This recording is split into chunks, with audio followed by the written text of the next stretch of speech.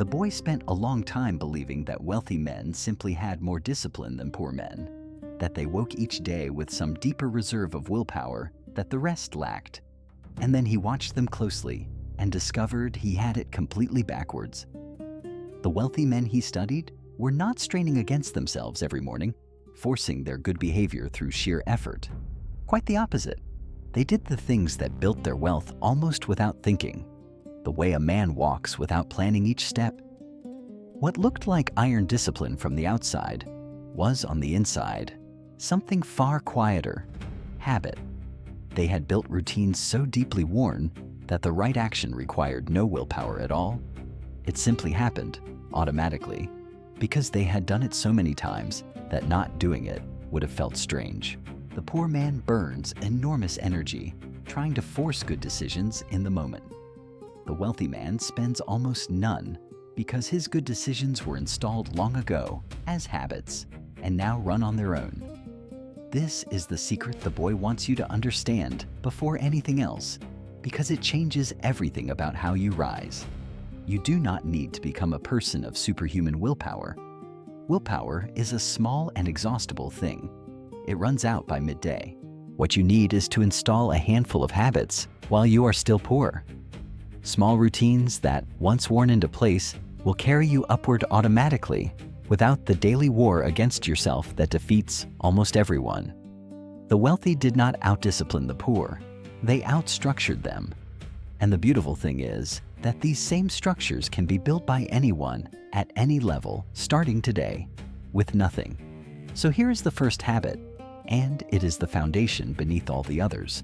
Every time money comes into your hands, you set a portion aside before you do anything else with it, before a single coin goes to spending.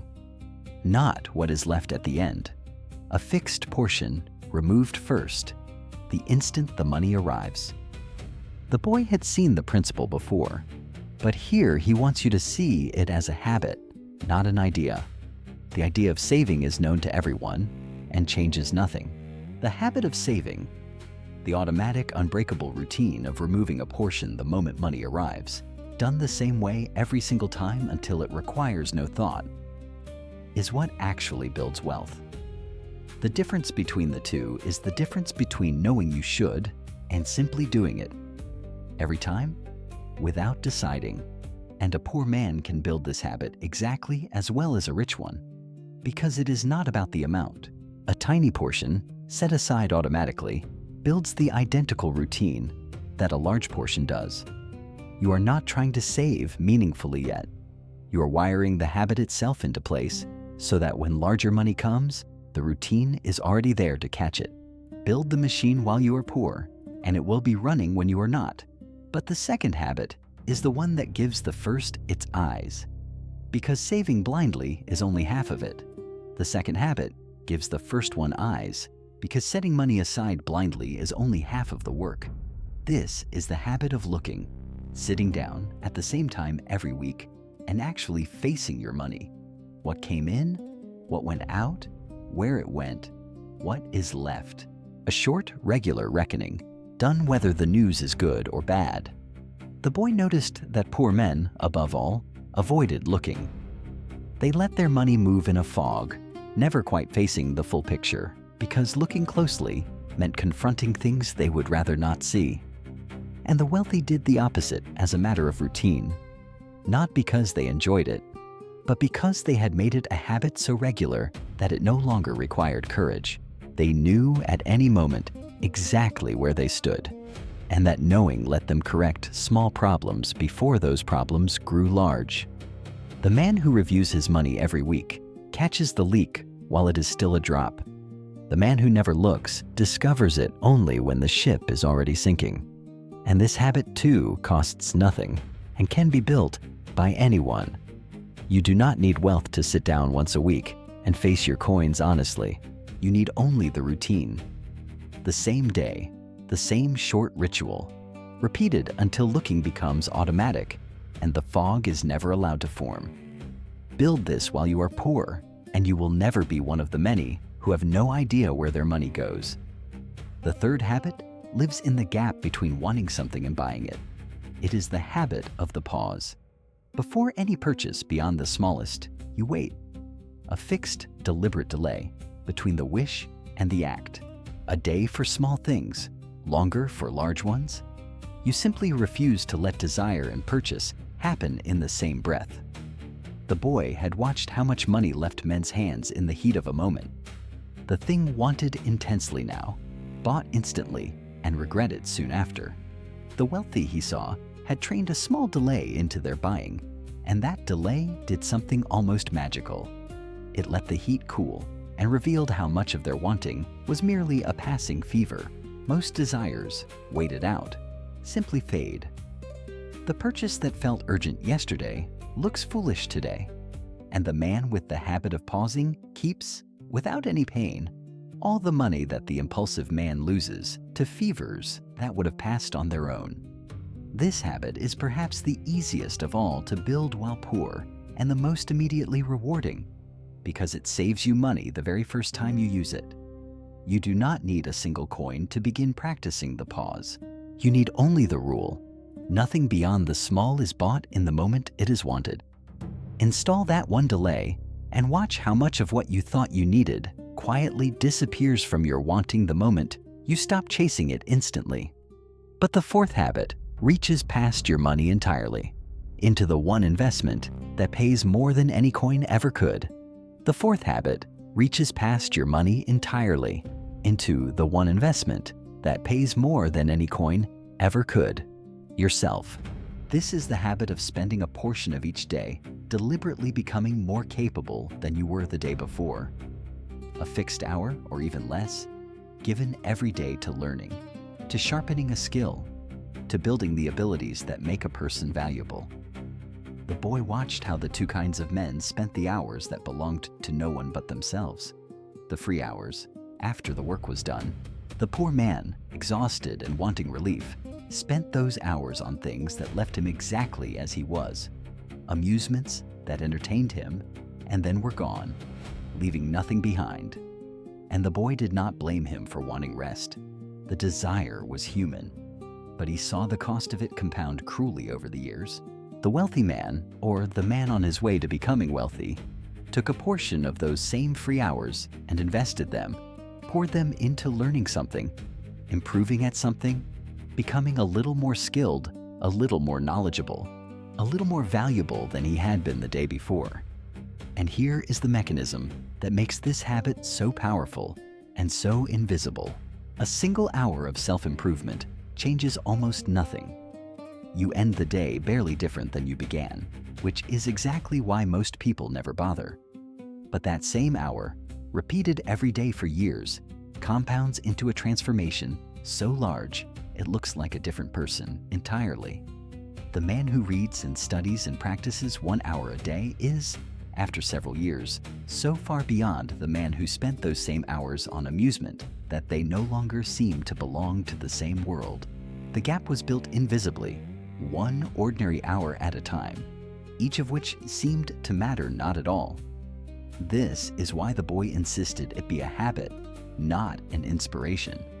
Inspiration makes a man study furiously for 1 night and then quit. The habit, the same hour given every single day until skipping it feels wrong, is what actually builds capability, because capability is nothing but the accumulation of 1,000 ordinary hours. And the value you build in yourself is the one asset no misfortune can ever take.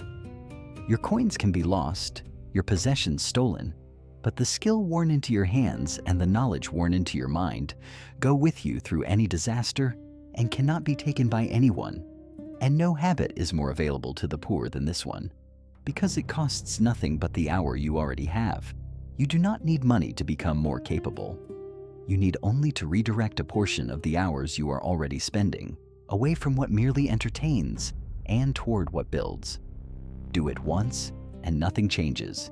Do it every day for years and you become a person the poverty you started in cannot hold. But the fifth habit protects the engine that every other habit depends on, and it is the one the poor neglect most of all. The fifth habit protects the engine that every other habit depends on, and it is the one the poor neglect most of all: the daily care of the body and the energy it produces. Because every other habit, the saving, the looking, the pausing, the learning, runs on one thing, and that thing is your own vitality. A tired, depleted, poorly kept body cannot sustain any of them. The engine must be tended, or everything it powers slowly fails. The boy noticed that men treated their own bodies exactly as they treated their money, and the parallel was almost exact. The poor man, in this too, lived only in the present. He spent his health the way he spent his coins, using it up for the pleasure or relief of the moment, never tending it, never investing in it, assuming it would simply always be there. He ate for comfort, moved little, slept poorly, and drove himself without repair, treating his body as an endless resource, rather than the single engine on which his entire life depended. And it worked for a while, as such neglect always does, until the years arrived to collect, and he found his energy gone precisely when he needed it most. The wealthy man, the boy saw, tended his body as a farmer tends the ox that pulls his plow. Not out of vanity, but because he understood that everything he wanted to build required energy, and energy came from a body kept in good repair.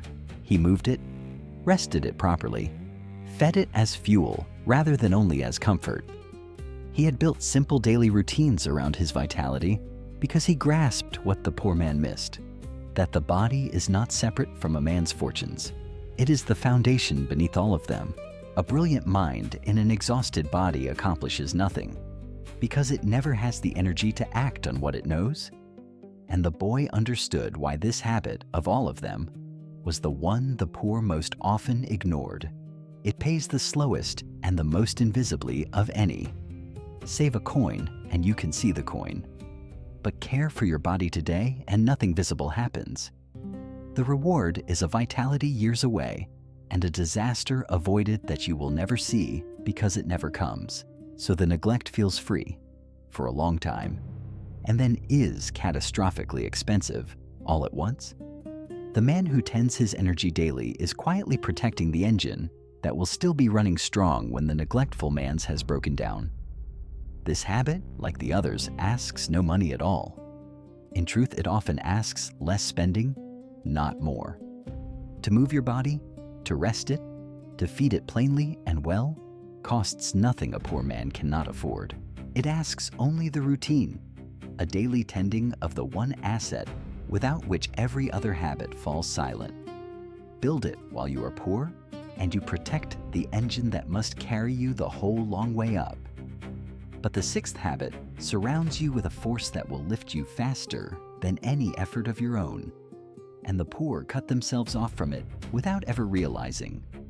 The sixth habit surrounds you with a force that lifts you faster than any effort of your own, and the poor cut themselves off from it without ever realizing they have done so. It is the habit of deliberately keeping company with those who know more than you, of choosing, on purpose, to spend your hours near people and minds that pull you upward rather than hold you where you are. The boy noticed that a man slowly becomes like those he spends his time among. Their assumptions become his assumptions. Their sense of what is normal becomes his. Their ceiling becomes his ceiling. The man who spends all his hours among people who believe escape is impossible absorbs that belief through his skin without a word being spoken. And the man who spends his hours among those who are climbing, who treat growth as ordinary, effort as normal, a larger life as simply possible, absorbs that just as invisibly. We rise or sink toward the level of those around us almost without choosing to. And here, the boy found the objection that stops most poor men cold, and its answer: "But I do not know any wealthy or wise people. I have no access to such company." True, perhaps in the flesh, but the boy pointed to the quiet miracle available to anyone. The wisest men who ever lived have left their minds inside books, and to read them is to keep their company. A poor man with no wealthy friend can still spend an hour each day in the company of the greatest thinkers, strategists, and builders in history, simply by reading what they left behind. The habit is not about proximity to living wealthy men. It is about deliberately filling your hours with minds above your own, in whatever form you can reach them. And books put the very highest within reach of the poorest. And now, having laid out all 6, the boy could show you the mechanism that makes them worth far more together than apart. These habits compound not only within themselves, but upon one another. The body kept strong powers the daily hour of learning. The hour of learning makes you more valuable, which brings more money. The money caught by the habit of saving is protected by the habit of looking and the habit of the pause. And the company you keep pulls all of it upward at once. Each habit feeds the others, so that a man running all 6 is not adding them together. He is multiplying them, building a rising spiral in which every part lifts every other. This is why the wealthy seem to pull away so fast once they begin. It is not one advantage, but many, each amplifying the rest. And it is why the boy urges you to build these while poor, not because any one of them will save you, but because together, worn into place and left to compound, they form an engine that lifts a person almost regardless of where he began. But there remains the deepest truth of all, the one that decides whether any habit is ever built at all. There remained the deepest truth of all, the one that decides whether any of these habits is ever built. And the boy saved it for last, because without it, everything before is only a list a man admires and never lives. It is this: you do not rise through the intensity of a single day. You rise through the repetition of ordinary ones. Almost everyone gets this backwards. They wait for a burst of motivation and then try to change everything at once. Save dramatically, study for hours, remake their whole life in a heroic week. And the burst fades, as bursts always do, and they collapse back to where they began and conclude that they lack the discipline to change. But they never lack discipline. They simply misunderstood how change is actually made. It is never made in the heroic week. It is made in the unremarkable repetition of small actions, on the ordinary days when you do not feel like it at all. And this reveals how a habit is truly installed, which is the opposite of what most attempt. You do not begin large. You begin almost absurdly small. So small it seems hardly worth doing. Set aside a single coin, not a fortune. Study for a few minutes, not an hour. Pause before one purchase, not all of them. Because the goal at first is not the result. It is the groove. You're wearing a path into yourself through repetition, and a tiny action repeated daily wears that path far deeper than a grand action done once and abandoned. Once the groove is worn, once the thing runs on its own without willpower, then and only then you widen it. Start small enough to be certain you will not fail, and let consistency, not intensity, do the work. So gather the 6 the boy has given you, all of which you can begin while poor today. Pay yourself first the moment money arrives. Sit down each week and face your money honestly. Pause between wanting and buying. Give 1 hour a day to becoming more capable. Tend the body that powers all the rest. And keep company in person or in books with minds above your own. 6 habits, each costing almost nothing, each available at any level. And together, worn into place and left to compound, an engine that lifts a person almost regardless of where he started. The wealthy were never a different kind of human, blessed with willpower you lack. They simply built these grooves early and let them run, while others waited for a motivation that never lasted. The habits made the wealth, not the other way around. Which means the order was always open to you. Build the habits first, while poor, and let them slowly build the rest. Begin one of them tomorrow morning. Not all 6. One, and absurdly small. That single worn groove is where every fortune the boy ever studied actually began. There are more fables waiting, for those who build quietly, while others wait to feel ready.